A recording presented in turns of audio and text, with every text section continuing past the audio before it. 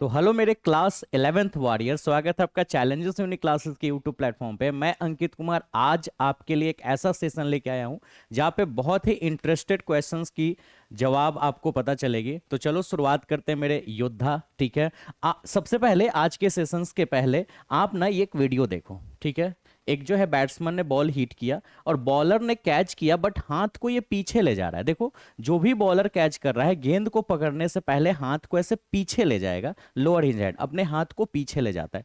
क्या कारण है, क्या कॉन्सेप्ट है इसके इसके पीछे आज की हम आपको रीजन बताएंगे। आप देखो, ध्यान से देखो, हाथ को वो पीछे करेगा, ऐसे पीछे की ओर खींचता है कैच करते समय। थोड़ा सा और डिटेल देखते हैं। देखो यहाँ पे देखो, हाथ को पीछे ले जाता है। तो क्या कारण है, इसकी थ्योरी आज हम लोग समझते हैं।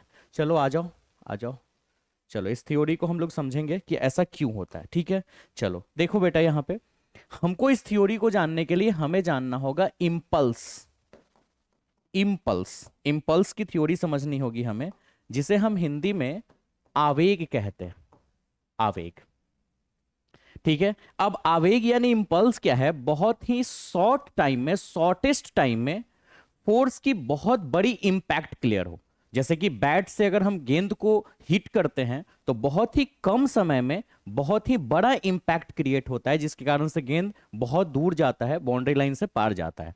तो इसके लिए हमने क्लास में एक फॉर्मूला डिफाइन करा था कि भाई जो हमारी इंपल्स है वो जे से रिप्रेजेंट करते हैं, और ऐसे ये वेक्टर क्वांटिटी भी है।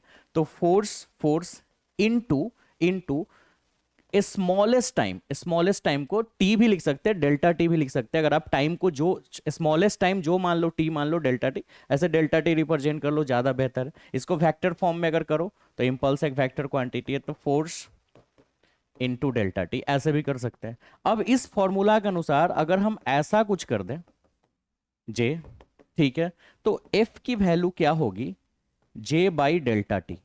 और इस कंडीशंस में अगर हम जे को कांस्टेंट मान लें, हम मान लेते हैं कि सिस्टम में जो जे यानी कि इम्पल्स जो है वो एक नियतांक है, नियतांक फिक्स्ड है, इसकी वैल्यू फिक्स्ड हो जाती है यहां पे। अगर इसकी वैल्यू यहां पे फिक्स्ड हो जाती है तो आप एफ और टी में अगर रिलेशन देखो, एफ और टी में, सॉरी, यहां पे एफ और टी में जो रिलेशन देखो वो इनवर्सली प्रोपोर्शनल का रिलेशन है।